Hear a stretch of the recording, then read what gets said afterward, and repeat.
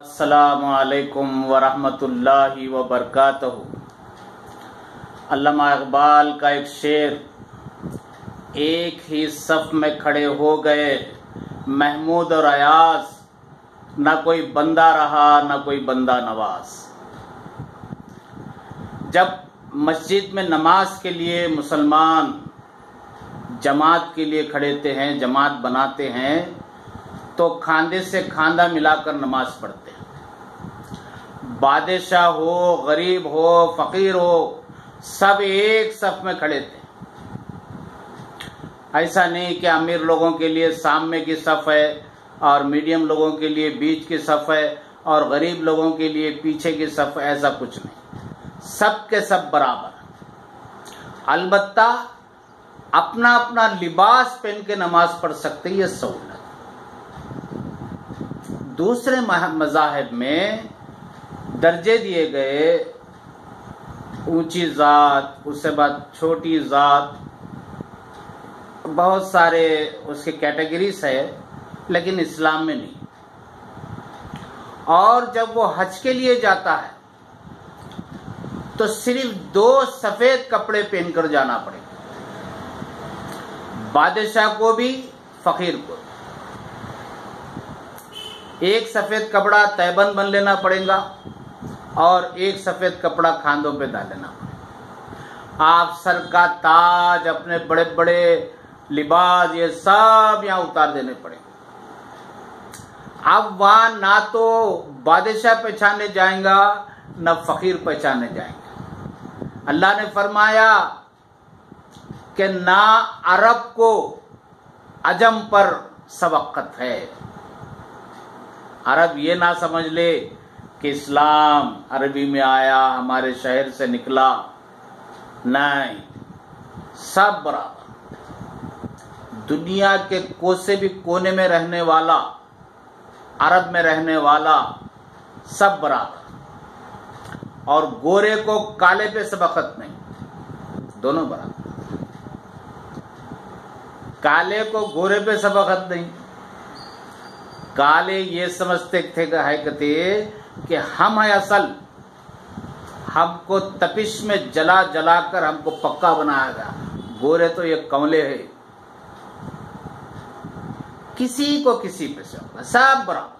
اللہ نے تمام کو برابر بنا دیا۔ تو اس میں آپ نے فرمایا کہ ایک ہی صف میں کھڑے ہو گئے محمود اور ایاز، نہ کوئی بندہ رہا نہ کوئی بندہ نواز۔ تو محمود غزنوی جو ہندوستان کے بادشاہ گزرے ہیں، ان کے غلام تھے ایاز۔ وہ بہت چاہتے تھے اپنے غلام کو اور ہمیشہ وہ اپنے ساتھ میں رکھتے تھے، مشورہ بھی کرتے تھے آپ سے، اور جہاں کہیں باہر جانا ہوتا تو ایاز کو ساتھ میں لے کے جاتے۔ برحال اب دربار میں ایک بات یہ شروع ہو گئی، دوسرے جو وزیر تھے وہ کہنے لگے بادشاہ ایک غلام کو اپنے ساتھ میں لے کے پھرتے۔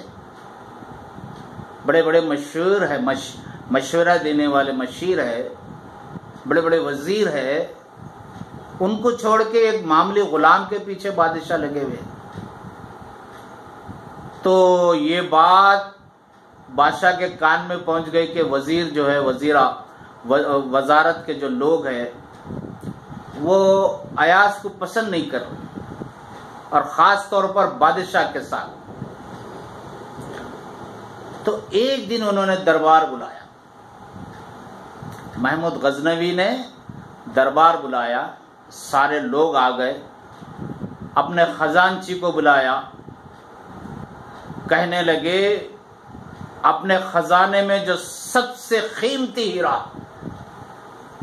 سب سے قیمتی وہ ہیرا لاؤ۔ خزانچی گیا، جا کر وہ مخمل کے کپڑے میں ایک بڑے تھالی میں وہ ہیرا رکھ کر دربار میں لے کر آیا۔ تو لوگ اس کو ہیرے کو دیکھ کر ایک اچنبے میں پڑ گئے کہ ہیرے میں کشش ہوتی۔ بادشاہ کے سامنے لا کے رکھ دیا۔ بادشاہ نے ایک لوہے کا مدو منگایا جو لوہاروں کے پاس ہوتا ہے، ایک ہتھوڑا منگایا اور ایک وزیر کو بلایا، آؤ یہ ہیرا لے کے جاؤ، وہ لوہے کے مدو پہ رکھو اور ہتھوڑا مار کے اس ہیرے کو پھوڑ ڈالو۔ ارے بادشاہ لے کے جاؤ آپ۔ بڑی مشکل سے وہ ڈگمگاتے ڈگمگاتے ہیرے کو لے کے گیا، مدو پہ رکھا، ہتھوڑا لیا، ہتھوڑا اٹھایا، مگر ہیرے پہ مارنے کی ہمت نہیں۔ بھائی لاکھوں کروڑوں کا ہیرا، جب ایک بار وہ پھٹ گیا چکنا چور ہوگا تو اس کی کوئی قیمت نہیں۔ پھر لا کے بادشاہ کے سامنے رکھ دیا، بادشاہ میں نہیں پھٹ سکتا، میرے میں اتنی ہمت نہیں ہے کہ لاکھوں کے ہیرے کو ایک مار مار کے پھوڑتا۔ پھر بادشاہ نے اور ایک وزیر کو بلایا، کہا لے کے جاؤ ہیرا پھوڑ ڈالو، انہوں بھی واپس لا دیے۔ لہذا دربار میں جتنے وزیر بیٹھے ہوئے تھے، جتنے بڑے بڑے عہدوں پہ بیٹھے ہوئے تھے، تمام کے تمام لا کے ہیرے کو دے دیے واپس۔ ظاہر ہے لاکھوں روپے کا ہیرا ہے، اگر ایک بار پھٹ گیا چکنا چور ہو گیا تو اس کی کوئی قیمت نہیں۔ بادشاہ نے ایاز کو کہا، ایاز یہ ہیرا لے کے جاؤ اور مدو پہ رکھو اور پھوڑ دو۔ ایاز وہ ہیرا لے گئے، مدو پہ رکھے اور ہتھوڑا مار کے ایک ہی مار میں چکنا چور کر دیا۔ ارے تمام وزیر کہنے لگے گدھے کو زعفران کی کیا قدر، یہ لاکھوں روپے کا ہیرا ایک مار میں ستیاناش کر دیا، ختم کر دیا۔ بولے ایاز تم جانتے ہیں وہ ہیرا کتنے کا؟ ہاں بولے جانتا ہوں۔ اب کیا اس کی قیمت ہے؟ نہیں کچھ نہیں ہے، ختم۔ تو تم پھوڑے کیوں؟